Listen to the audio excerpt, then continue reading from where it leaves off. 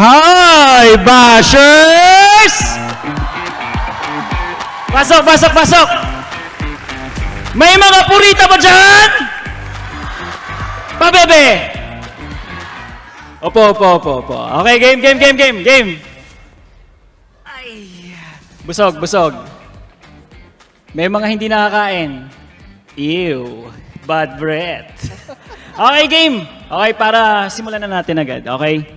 So, mga bashers, the point ng panel natin dito is para maubos yung mga taong may mga purita thinking. Ano ba yung purita thinking?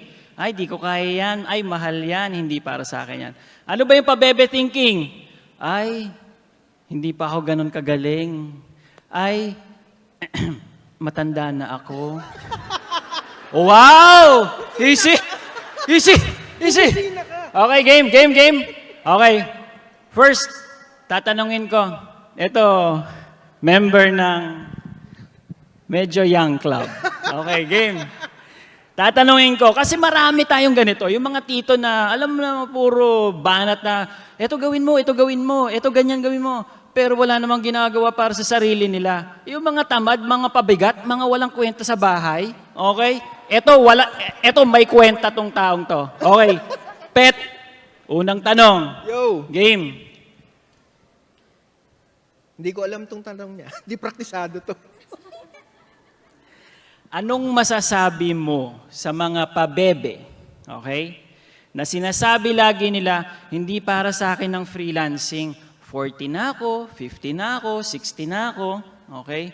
Tapos may work pa ako, may obligations pa ako, may family ako, kaya hindi ko magawang mag-connect, hindi ko magawang maging successful yung freelancing. And when we say successful, hindi na pwedeng putyo-putyong 20K a month, 30K a month, at least 100K a month. Okay? Gusto nyo ba yon? Game! Answer, Pet. Wow, sige. Ano ba ang... 100K ba ang usapan? 100K. Pero ito yung tanong, di ba? Yung mga pabebe na, hindi ko kaya yan, matanda na ako. Hindi, ako nga, 41 na ako. 41 na ako nag-start mag-freelancing. Ilan taon ka na ngayon? 48. 48. Give a round of applause for Pet. 48 years old. Okay. Siyempre, nung simula, hindi ko maalam kung ano yung copywriting na yan. Di ba? Okay. Wala naman nagtuturo dati. So, mahirap magsimula kung isipin mo mahirap. Pero, nag-bakery pa nga ako. Mas mahirap yun, pare. Di ba? Okay. Bakery ka, nag-computer siya pa ako. Ibig sabihin, mas marami yung gagawin mo doon. Pero sa freelancing, nung na-discover ko yan noong 2017, Okay. ang ginawa ko lang naman, in-apply ko yung, kahit naman sino rito may natutunan sa trabaho yun, di ba? Teacher, marunong magturo, marunong magsulat. Yes. Ako, engineer, marunong akong gumawa ng mga technical reports. Okay. So, nung Mike. nagsimula ako, di ba? Lapit. Yun ang hanapin mo muna. Okay. Yun ang hanapin mo muna, yung... Alam mo nang kaya yung mong alam gawin. mo kaya mong gawin kasi baka, hindi ko kayang gawin yan. Ito, kaya mo kang gawin to, technical report to. Oo. Di ba? Tapos pag may nagsabing, may nakitang client, looking for a technical report writer, pasok ka na dapat doon. Huwag ka nang mapabebe doon. Eh may yun nga, ang kasunod nga ang tanong nun, gusto ng mga tao, kumita na agad ng paldo-paldong pera, like 100K, tipong ganun, na wala pang ang experience. Anong masasabi mo sa mga yon? Yung matanda na, inarte pa. Relate, di ba? Yung mga tito, tita natin ganyan, no? Yung mga kapatid ng mama mo, uy, pa-Gcash mo naman ako. Naku po, kakayamot.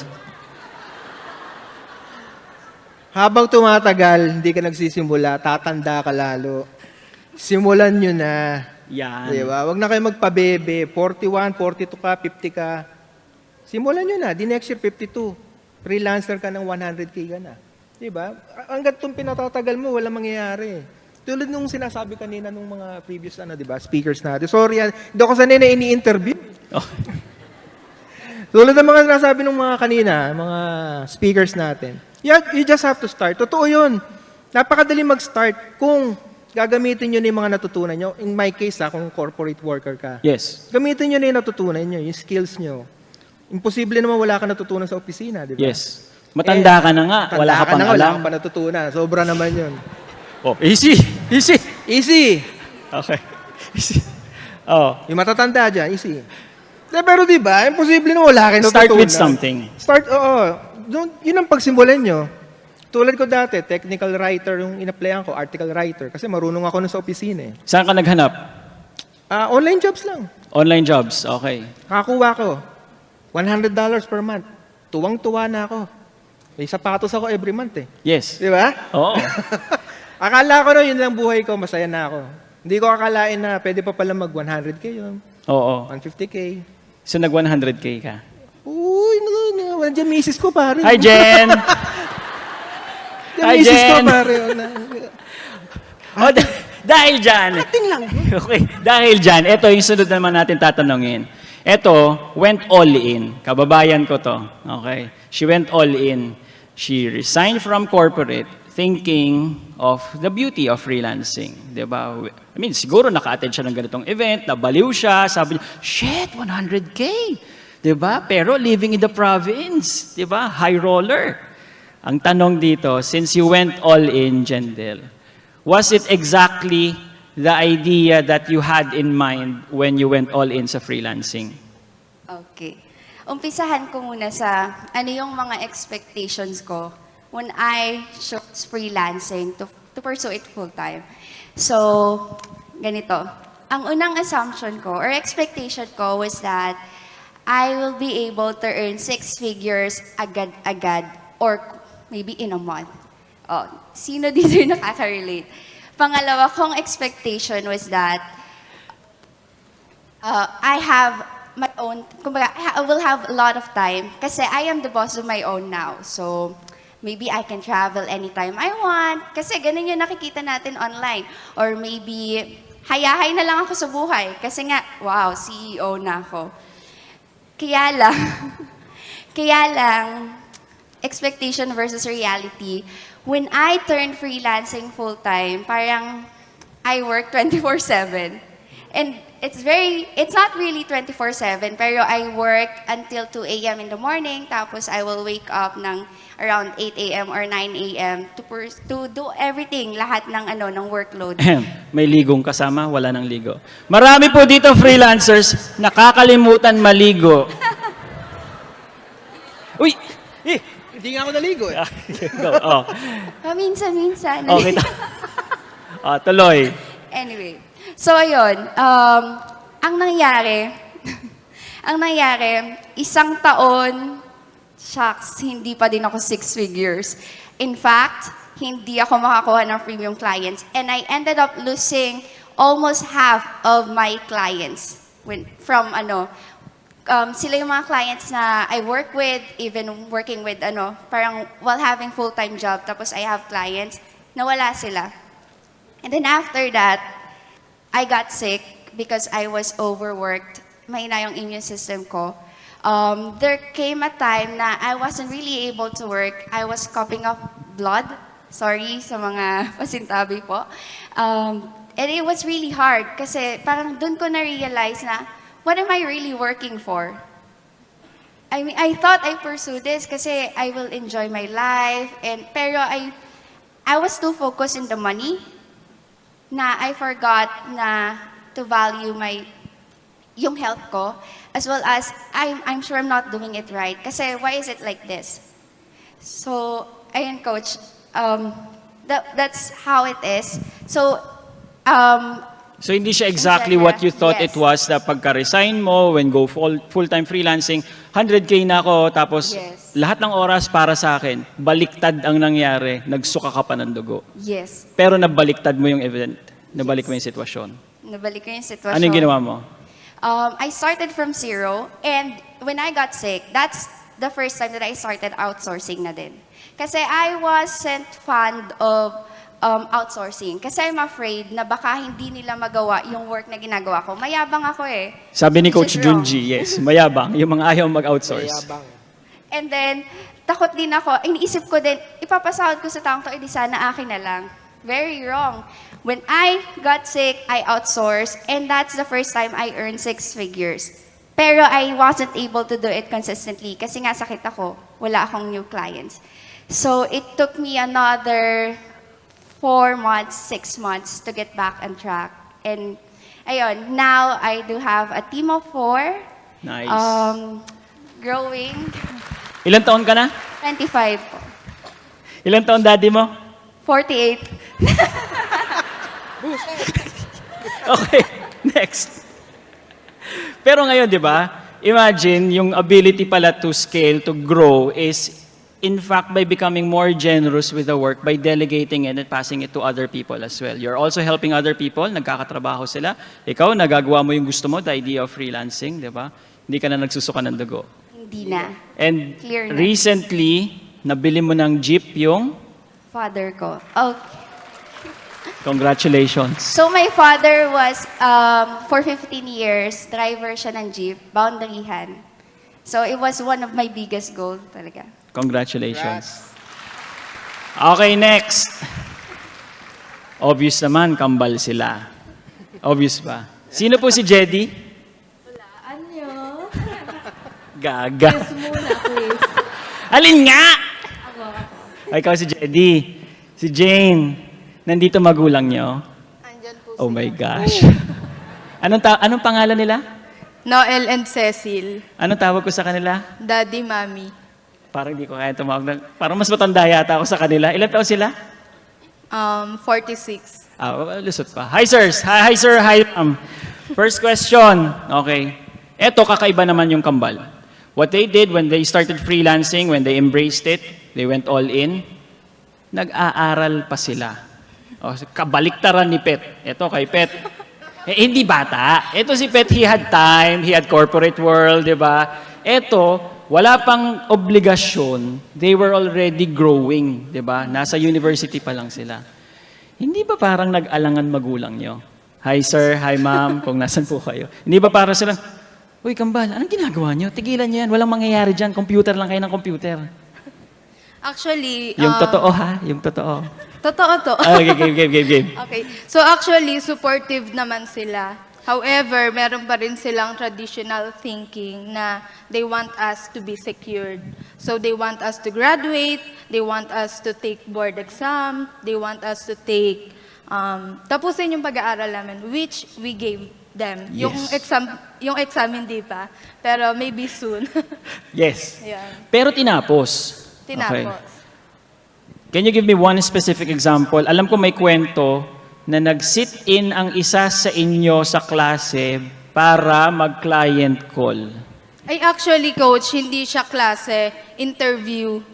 Sa client. So, doon siya nag-sit-in. Sino nag-sit-in sa client call? Siya. Okay, para ma-close yung deal na yon. Kinabahan ka. Confident naman ako sa kanya, pero hindi Na-close namin niya? Na-close. Hindi. Nagalit ka? Hindi naman. Actually, dalawa kasi interview ko noon, sabay. E de, anong gagawin ko? Eh, magkamukha naman kami. Ginamit ko na siya.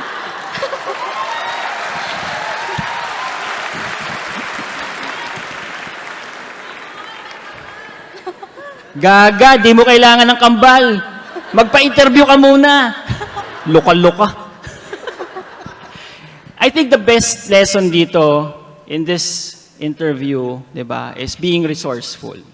Kesyo sumuka ka ng dugo, sa iba yon, ayoko na, hindi para sa akin to.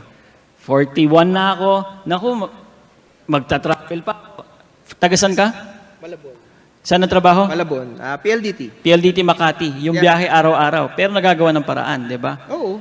Kambal, nag-aral, dalawa interview sabay. Anong ginawa? Nag-sit-in. Nag-sit Hindi sa in. klase, pero sa client call. Ngayon, nag-graduate na kayo. Kumusta naman ang freelancing business? So far, so good naman. We're reaching 6 figures consistently per month. And Teka. Siyempre, madaming dudero dito. Kambal, tig 50K lang yan. Di ba? Dami kayong mga bashers dito. Ew. Tig 50K, hati. Okay lang kung tig 50, ha? Okay lang. Hindi po tig 50K. More than 100 naman. Wow. 101. 51. Tig 51. Tig 51. Di ba? Ano ka?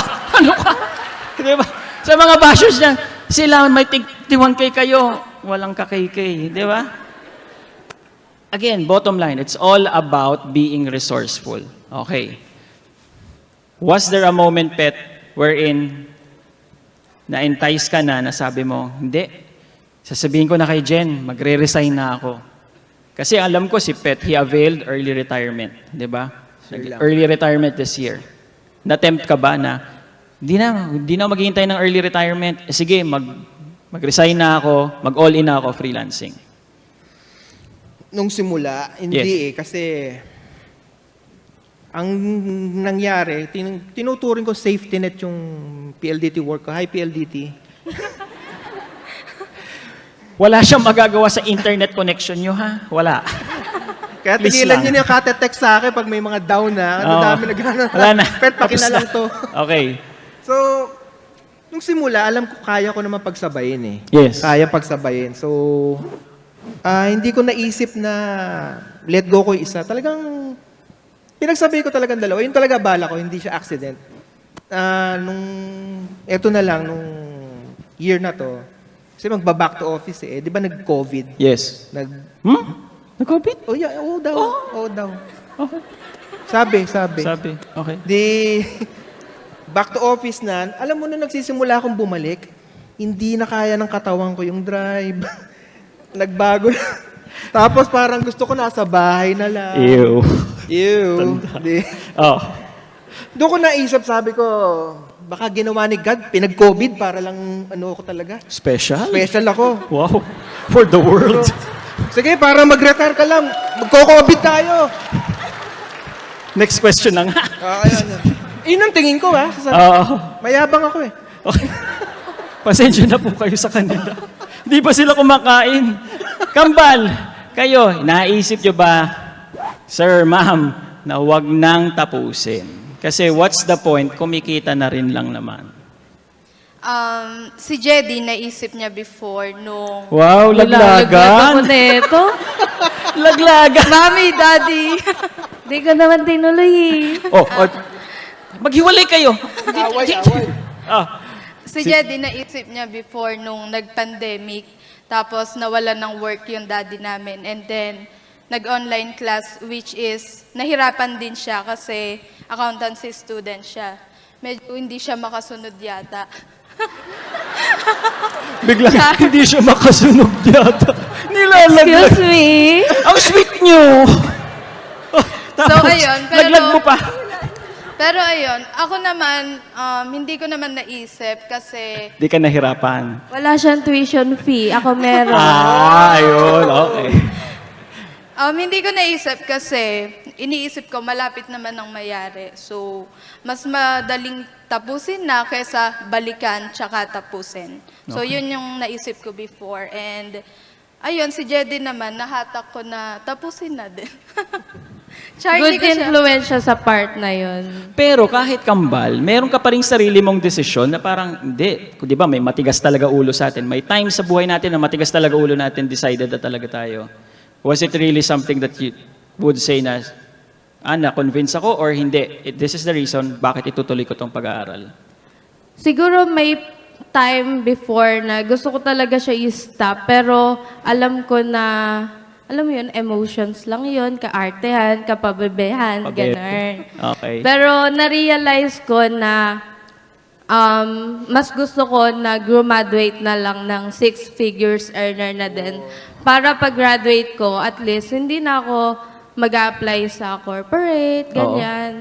Although ngayon, nape-pressure ako sa kaklase kong mga nag-a-apply. Bakit? Ala lang, parang gusto ko lang maranasan. Pero, Wow, papahirapan mo pa sarili mo? sige na, hindi na nga. Huwag na. Yung masters tuloy mo, tsaka yung exam. Ito yung mahirap. When it comes to physical health talaga. Hindi, I mean, we could say na biro lang naman yun. Ay, nagka-fatigue ako, napagod ako. Pero yung sumuka ng dugo, hindi na biro yun, di ba? Parang talagang yun para sa akin, mapapaisip ako. At this age, ilan taon ka nun? 22? 23? 25 na din. 25 ka? Yes, 25. Nung time na yon, di ba parang, mas safe para sa akin, bumalik na lang ng corporate world, may HMO pa ako, magkasakit man ako, at least sigurado ako, covered ako. Hindi mo naisip na bumalik na lang and say goodbye to freelancing. Baliktad naman. I actually thought about it. Hindi during nung may sakit ako, but during the time na hirap akong mag-close ng clients. Kasi I've been losing clients. Like 50% of my revenue, wala na kasi nawalan ako ng clients. And wala akong maklose. I even ate rejection talaga during breakfast. Like, I almost had a client, contract signing na, nagpa-revise siya. Nung na-revise ko, nag-message siya, hindi niya na daw itutuloy. And then I even had 2 DCs, presented proposals during that time, pero wala. Both of them hindi na-accept. So parang during, nagja-job street na ako, to be really honest. Na-update ko na yung profile ko sa job street. Sabi ko, maybe this is not for me. Balik na lang ako dun sa corporate. And then, one day, someone called me. They said that they found my profile sa job street.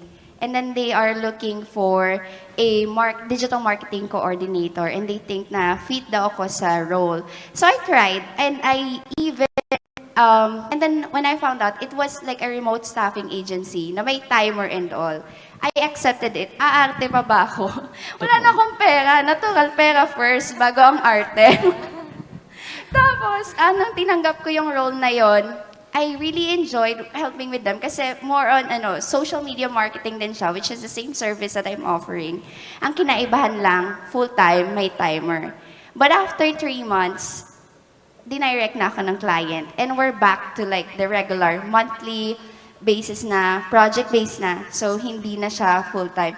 And that's, parang I realized, it all happened for a reason na kung hindi ako nag-isip na babalik na akong corporate, hindi ko i-update yung job street profile ko. Therefore, that client and I wouldn't cross path. And right now, we're still working together for almost a year na. So, we're both very happy naman with each other sa aming working relationship. Congratulations. So, yun. Diba? And after nun, nagsunod-sunod na, naka-close. And my recent close after that is like a 5K AUD deal na na-close ko. So, yun. Sa mga mahina po sa math, Google nyo na lang. 5K Oh my AUD God. in Philippines. Nakakalimutan ko naka-livestream pala. Gaga. Anyway, okay. So, may natutunan ba kayo mga bashers? Parang wala. May natutunan po ba kayo mga bashers? Mag-iinarte pa ba kayo mga pabebe? Bawal magpabebe, bawal mag-inarte. The point here, just to wrap it up, di ba? Whether you continue with your corporate career, there still is freelancing that you can earn on the side, di ba? Without disrupting, without sacrificing corporate work. Then there's also the option of going all in na freelancing, di ba? Whichever road you take, it's really about the mental shift in your thinking na parang, dapat ito pala ang kailangan ko. Whether may dip, whether may challenge, tuloy pa rin, di ba? Kasi para sa akin, whatever it is that you're going through, the tribe really is entrepreneurship in disguise of freelancing lessons. Okay? Game? Thank you so much. Bye-bye, bye-bye. Thank you.